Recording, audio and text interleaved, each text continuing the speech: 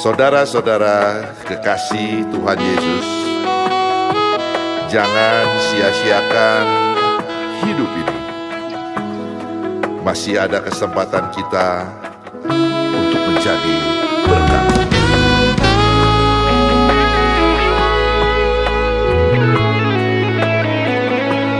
Hidup ini adalah kesempatan. Hidup ini untuk melayani Tuhan. Jangan sia-siakan waktu yang Tuhan beri. Hidup ini harus jadi berkat.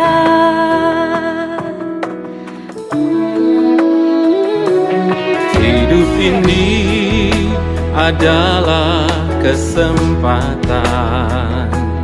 Hidup ini untuk melayani Tuhan. Jangan sia-siakan waktu yang Tuhan beri. Hidup ini harus jadi berkat.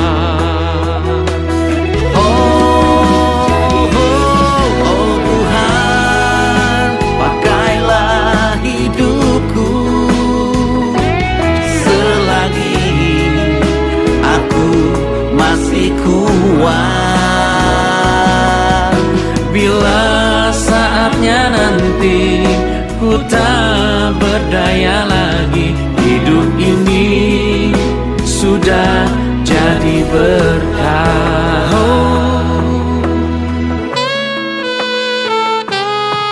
Inilah hidupku, hanya bagimu Tuhan, selama hidupku Tuhan. Ini adalah kesempatan. Hidup ini untuk melayani Tuhan. Jangan sia-siakan waktu yang Tuhan beri. Hidup ini harus jadi berkat.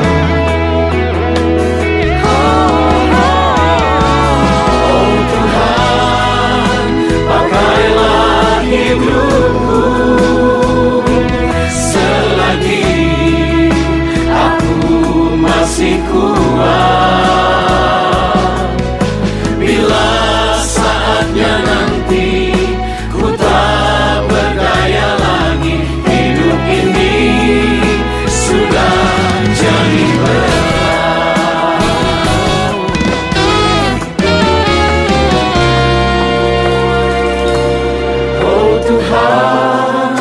Pakailah hidupku selagi aku masih kuat.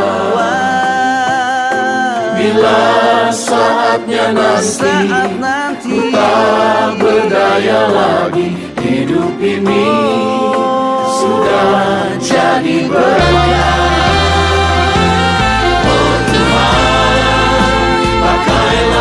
Hidupku selagi aku masih kuat.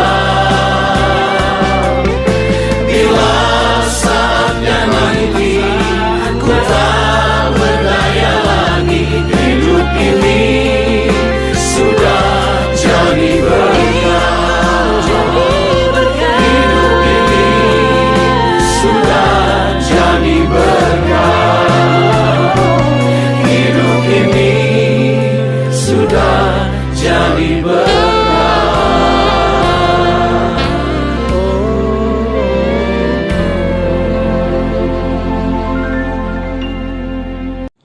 Shalom, selamat pagi Bapak Ibu Saudara terkasih di dalam Tuhan. Selamat bertemu kembali di dalam renungan pagi Gereja Bethel Maranatha Pekalongan. Salam sehat, tetap semangat dan antusias. Nah, puji nama Tuhan kalau kita masih diberikan kesempatan untuk kita dapat menghirup udara yang segar, untuk kita memiliki tubuh yang sehat, untuk kita menikmati segala kebaikan Tuhan sehingga sehingga kita dapat menjalankan setiap aktivitas kita sehari-hari dengan baik. Nah, sesuai dengan tema pagi hari ini, yaitu saya beri judul bunga dan bayang-bayang. Ketika kita melihat sekuntum bunga ini, ya begitu indah dilihat dari warnanya juga bentuknya. Lebih bila bunga ini mengeluarkan aroma yang harum. Nah, bunga ini mendatangkan kesukaan bagi setiap orang yang melihat. Mereka akan terpikat dan mereka akan tertarik melihat keindahan bunga ini. Juga ketika mencium aroma bunga ini menimbulkan kesukaan dan kesenangan bagi setiap orang yang menciumnya. Nah, demikian juga dengan kehidupan kita sebagai manusia. Kita dianugerahi hidup yang sementara juga oleh Tuhan. Kehidupan kita seperti adalah nafas yang dipinjamkan oleh Tuhan. Dan ketika Tuhan mau mengambilnya, kita sudah siap.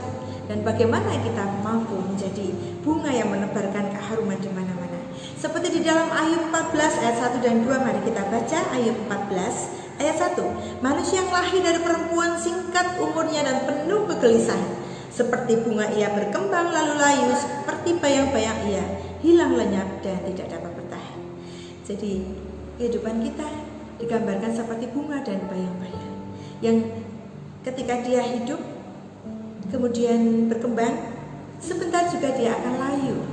Demikian juga dengan bayang-bayang yang apabila bergantian hari atau pergantian jam saja dia sudah bergeser dan akhirnya menjadi hilang, tidak dapat bertahan dengan lama. Ditegaskan lagi di dalam Mazmur 103 ayat 15 bahwa adapun manusia hari-harinya seperti rumput, seperti bunga di padang, demikianlah ia berbunga. Nah, demikian singkat kehidupan manusia. Dan waktu yang diberikan oleh Tuhan ini harus kita manfaatkan sebaik-baiknya. Bagaimana kita dapat memuliakan nama Tuhan, hidup kita berdampak bagi sekeliling kita. Mari kita baca lagi di dalam 2 Korintus 2 ayat 14 sampai dengan 16. Tetapi syukur bagi Allah yang dalam Kristus selalu membawa kami di jalan kemenangannya. Dengan perantaraan kami ia menyebarkan keharuman pengenalan akan Dia di mana-mana. Sebab bagi Allah kami adalah bau yang harum dari Kristus di tengah-tengah mereka yang diselamatkan dan di antara mereka yang binasa. Bagi yang terakhir kami adalah bau kematian yang mematikan, dan bagi yang pertama bau kehidupan yang menghidupkan. Tetapi siapakah yang sanggup menunaikan tugas yang demikian? Nah, di dalam 2 Korintus 2 ayat 14 ini, Rasul Paulus menggunakan analog seorang raja yang pulang dari berperang, seorang raja yang pulang dari pertempuran, dan dia menang perang beserta para pasukan, diikuti oleh para tawanan yang ada di belakangnya. Nah, kedatangan dari raja beserta pasukan ini disambut dengan arak-arakan yang menebarkan pewangi dari dupa yang dibakar, atau juga bunga yang ditebar di mana-mana sehingga menimbulkan bau harum. Nah, bau harum ini mengandung dua makna, sudut pandang yang berbeda, mendatangkan makna dan harapan yang berbeda pula. Yang pertama, bahwa bau harum yang ditebar di mana-mana ini melambangkan tanda kebesaran raja yang sudah menang dari perang dan tanda kemenangan. Nah, yang kedua, bau harum itu juga bisa menjadi bau kematian bagi para tawanan yang dibawa oleh raja beserta pasukan, yang mereka sebentar akan dihukum mati dan disuruh di tiang. Nah, bau harum ini mengandung juga makna dalam kehidupan kita. Allah ingin memamerkan kehidupan kita sebagai umat yang telah ditebus olehnya, umat-umat yang menerima kasih karunia dari Tuhan. Digambarkan Allah sebagai umat pemenang yang menebarkan bau Kristus di mana-mana.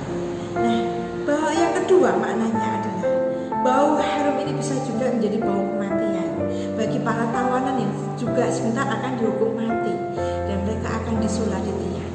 Nah, firman Tuhan katakan bahwa kita adalah bau harum dari Kristus yang menyebarkan keharuman ke mana-mana. Jadi kita dipakai Allah untuk menyebarkan bau keharuman Kristus, bahwa kita itu bertumbuh di dalam pengenalan kita akan Tuhan sehingga kita tampil sebagai pemenang. Nah, tetapi bau keharuman itu juga bisa menjadi bau kematian bagi kita orang-orang. Ya, semoga kita tidak masuk dalam golongan ini, yaitu orang-orang yang sudah diselamatkan dan ditebus oleh Kristus dan menerima keselamatan Kristus, tapi mereka tidak hidup di dalam kebenaran firman Tuhan. Mereka tidak percaya akan keselamatan yang Tuhan berikan. Mereka menganggap bahwa itu adalah sia-sia dan tidak masuk akal. Maka mereka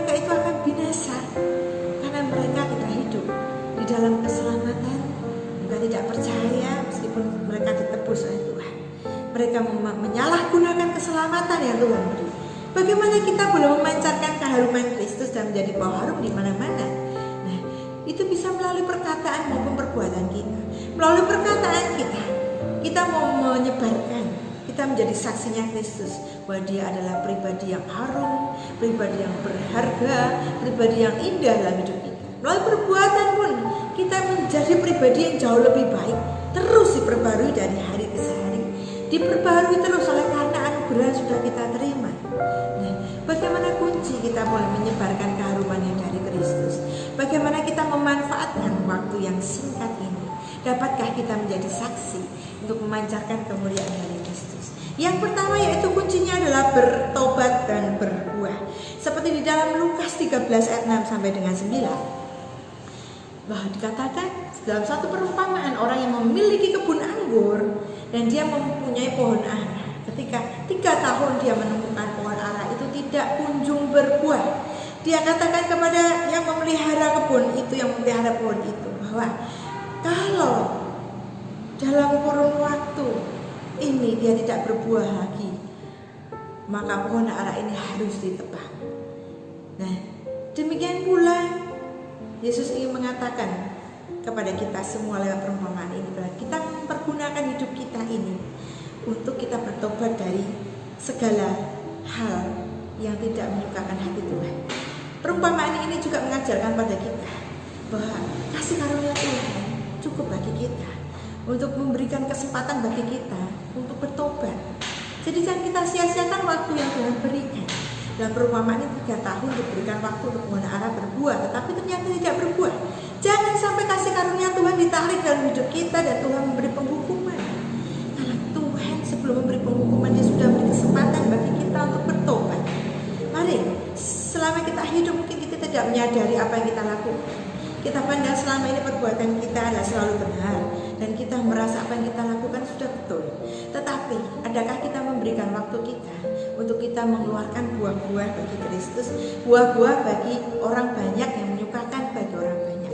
Di dalam Galatia 5:22 kita juga telah tahu bahwa ayat yang tidak asing, bahwa buah-buah roh di mana ada kasih, sukacita, kebaikan, murah hati, pengendalian diri dan lain sebagainya. Dapatkah sepanjang hidup kita mengeluarkan buah-buah seperti itu? Dan bukan saja kita membaca saja, tetapi kita mau melakukan. Berarti kita boleh melakukannya dengan baik. Kita mau bertobat dari jalan hidup kita yang salah, dari kedagingan kita. Mari kita juga mau hidup seturut dengan apa yang Tuhan mau. Di dalam perumpamaan ini Tuhan mau kita mengeluarkan buah-buah yang menyukakan bagi banyak orang sekeliling kita. Dapatkah kita juga menjadi bunga yang menebarkan bau harum itu? Kita mungkin merasa bahwa hobi kita melebihi dari persekutuan kita dengan Tuhan. Kita juga merasa mungkin kita bekerja terlalu keras, kita mencari nafkah terlalu ngoyo, orang katakan ya. Memang selama kita hidup kita perlu mencari nafkah, tapi jangan sampai kita melupakan persekutuan dengan Tuhan. Saat-saat teduh kita bersama dengan Tuhan. Jadi kita perlu lagi kita mengeluarkan buah-buah itu melalui kita bangun hubungan intim dengan Tuhan setiap hari. Jangan lupakan bahwa kita pun perlu untuk meninggalkan hal-hal kita yang lama yang Tuhan tidak berkenan. Segala hobi kita, apapun yang mengikat kehidupan kita dan menjauhkan kita dari ibadah kita dengan Tuhan. Mari kita mendekat dan bertobat. Dan kunci yang kedua adalah berbuat baik. Mari kita baca di dalam Galatia 6 ayat 10. Karena itu selama masih ada kesempatan bagi kita, marilah kita berbuat baik kepada semua orang, tetapi terutama kepada kawan-kawan kita seiman. Berbuat baik dalam tanda petik tidak hanya saja kita ucapkan. Tidak cukup ketika kita datang ke gereja mendengarkan firman lalu kita pulang dan kita cuma hanya menjadi pendengar saja.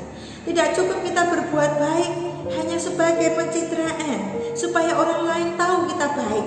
Nah, terutama di saat pandemi ini kita melihat banyak sekali orang-orang sekeliling kita mengalami kesulitan. Bahkan orang-orang itu yang membutuhkan pertolongan kita. Adakah kita memiliki kebaikan, kemurahan hati kepada mereka? Kita mampu berbagi untuk sesama kita yang membutuhkan. Bahkan untuk pekerjaan Tuhan.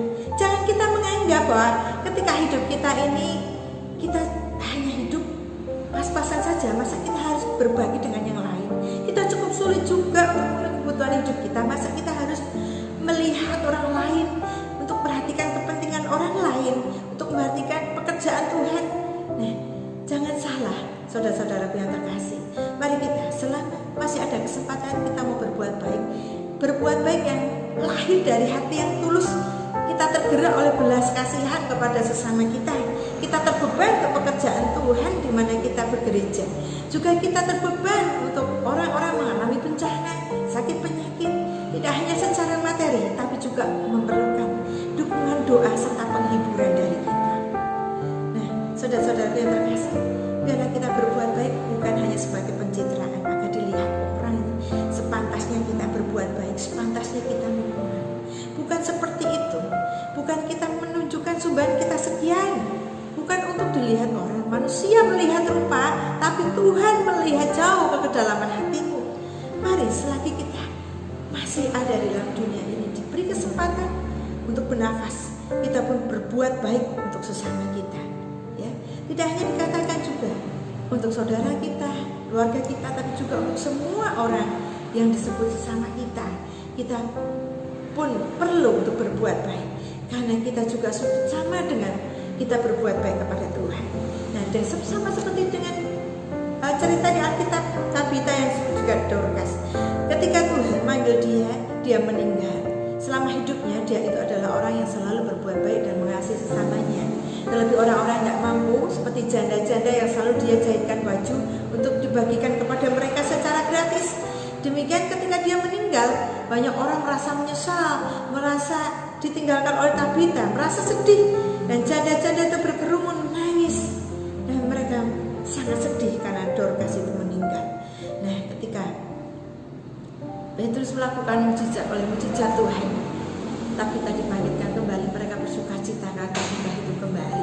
Dan apakah kita selama hidup kita boleh menjadi kesukaan bagi banyak orang, kegembiraan, sukacita bagi banyak orang di sekeliling kita, karena kita mampu mengasihi orang-orang di sekeliling kita dengan apa yang kita miliki.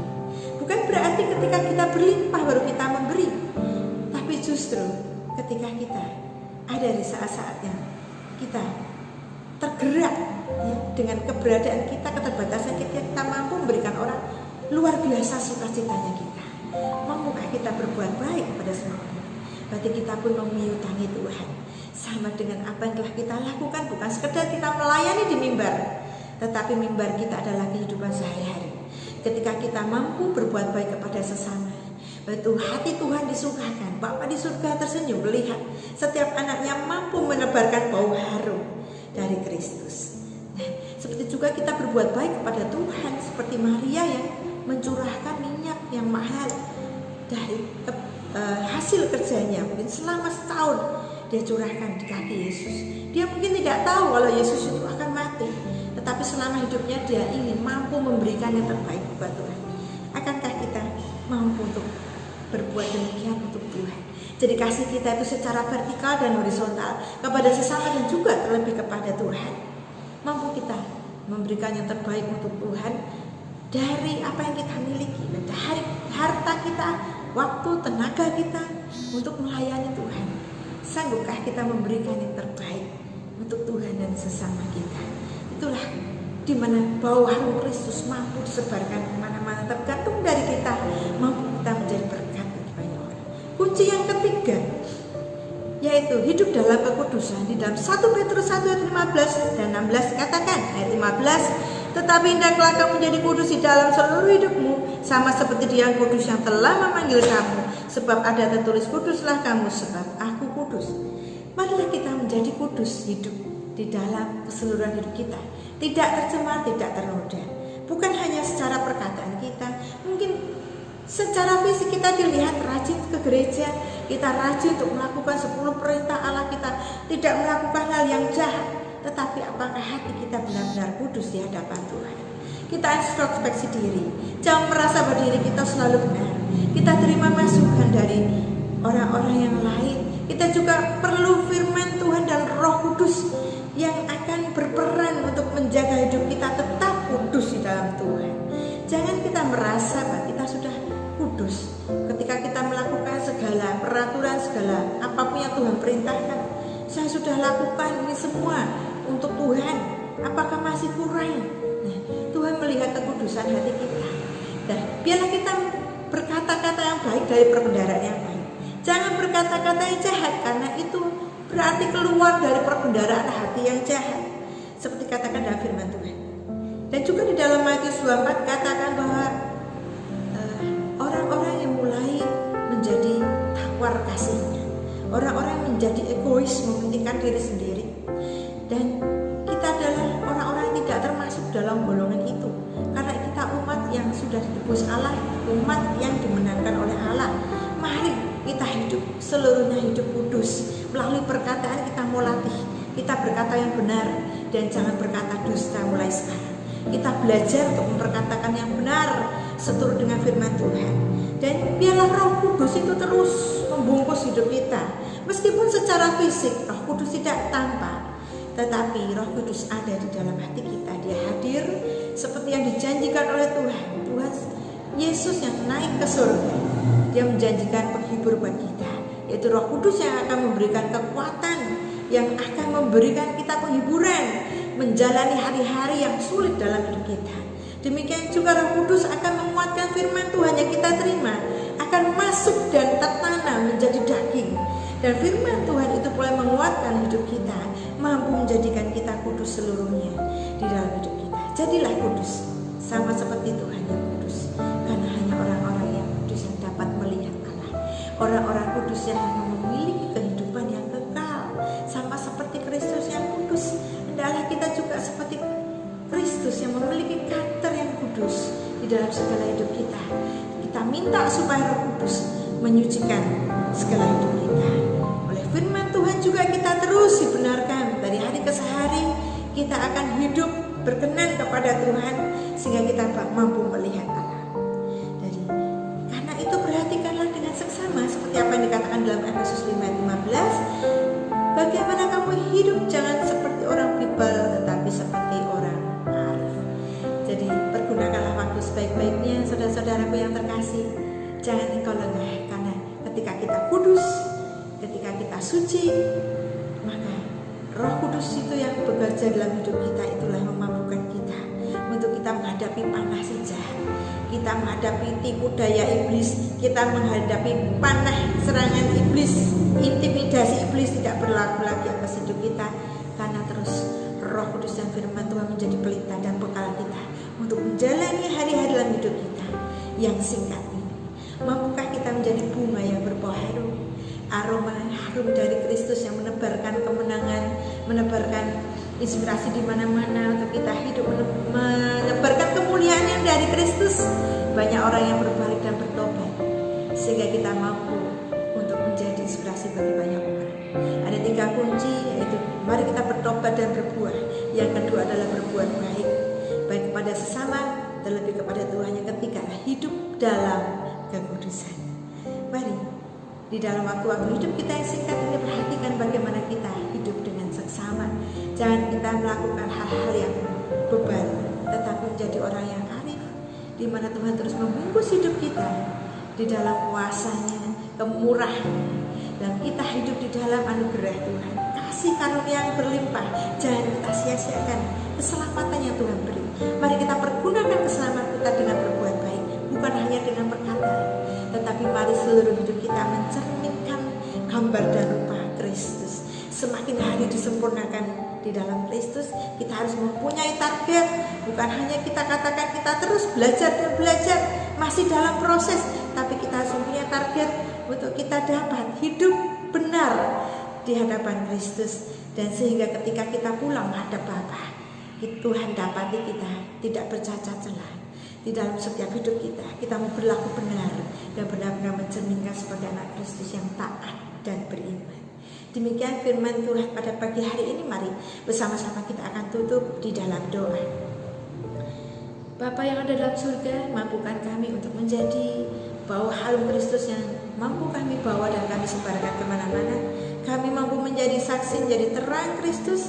Kami mampu menjadi berkat dimanapun kami berada, menimbulkan kesukaan dan bawaan yang menjadi berkat, menjadi penolong bagi orang banyak, berbuat baik dan hidup dalam kekudusan.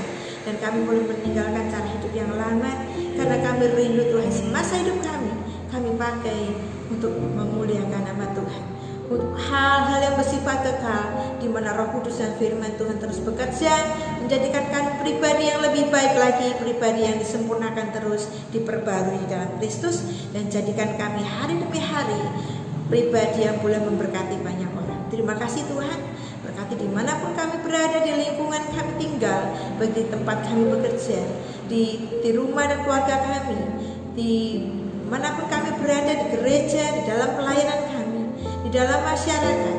Tuhan, jadikan kami berkat dan bukan menjadi batu sandungan. Di dalam nama Tuhan Yesus kami sembahkan doa kami yang jauh dari sempurna ini. Haleluya.